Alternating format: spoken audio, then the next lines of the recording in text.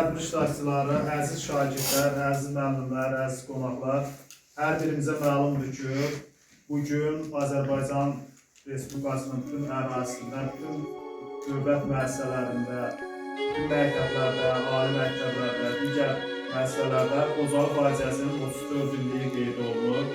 Bu faciə bilirsiniz ki, ağır bir faciədir.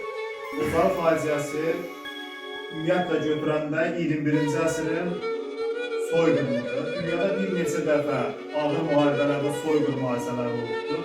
Bu soyqırımların içərisində ən ağır, ən qəddar soyqırımlardan biri Xocalı soyqırımıdır. Dövrükdə Xocalı soyqırımında düşmən bizim yalın silahsız hakimlərimizə, yəni Azərbaycanlılara qarşı elə ağır, qəddar hərəkətlər ediblər ki, dünyada bunun analogu yoxdur. Heç bir müharibələrdə belə bir hadisələr törədilmir. Aydın məsələdir ki, bu faciənin əsası, bu faciənin kökü, tarixən çox əvvəllərə gedir çıxır. Ermənilər bir neçə dəfə bizim xalqımıza qarşı belə soyqırım törədir. Və 20-ci əsrə baxsaq, 20-ci əsrə götürsək, 20-ci əsrin dövrükdə əvvəlindən başlayaraq ermənilər 1905-ci ildə, 15-ci ildə, 18-ci ildə belə bizim başımıza çox faciələr gətirir. Nəhayət 48-ci ildə, 53-cü ildə, 88-ci ildə Qərbi Azərbaycandan kütləvi sürətdə Azərbaycan vətəndaşları, Azərbaycanlıları köçürüblər. Yəni çox qəddarlıqla köçürüblər. Belə desək, uzun illər ərzində topladıqları mülkləri, evləri, var-dövlətlərini qoyub, hamısını vaqonlara gedir, göndəriblər Azərbaycana.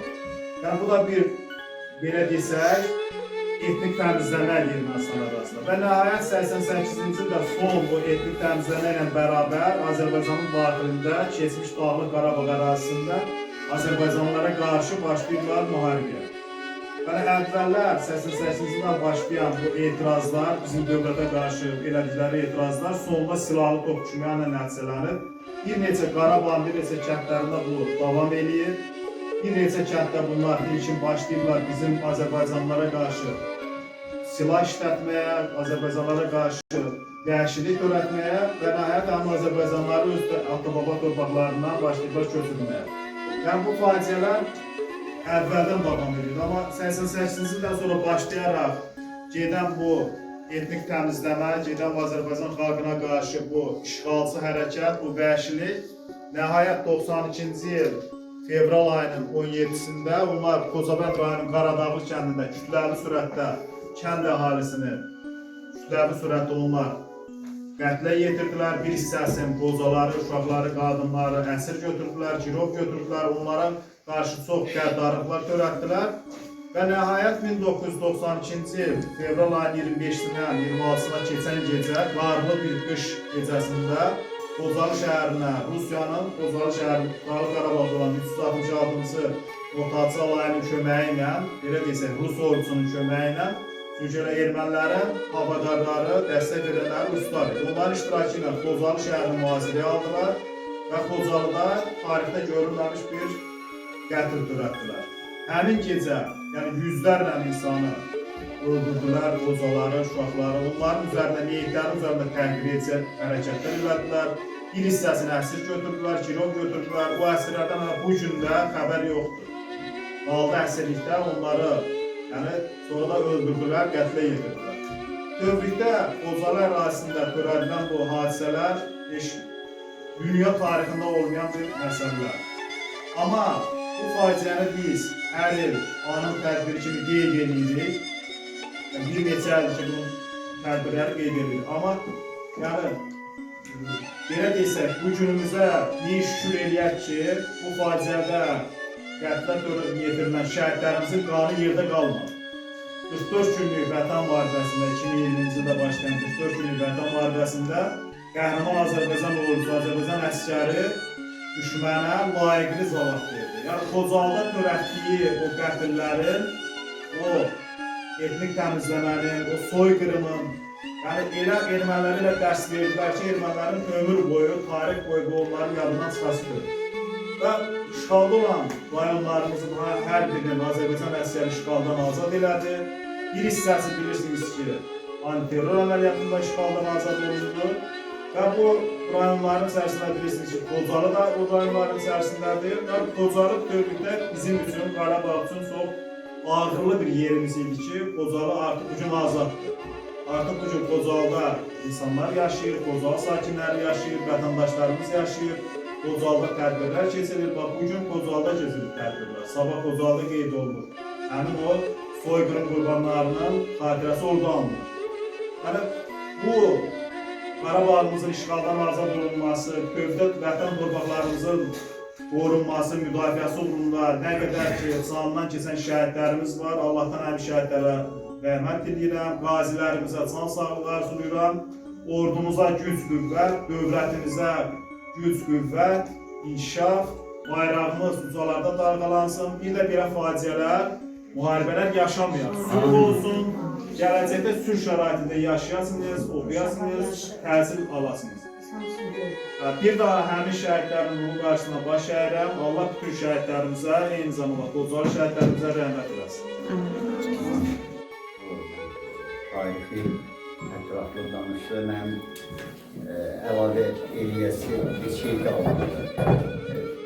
Bu günə çox şükür, bu günümüzə həqiqətən çox şükür ki, biz qabaq 6-7 il bundan qabaq çox hüzünlüydük, çox qürursuzuyduk. Amma bugün qürurluyuq. Bugün ona görə qürurluyuq ki, bax əlimizdə tutduğumuz o rayonlarımızın hamısı işğaldan azad olundu.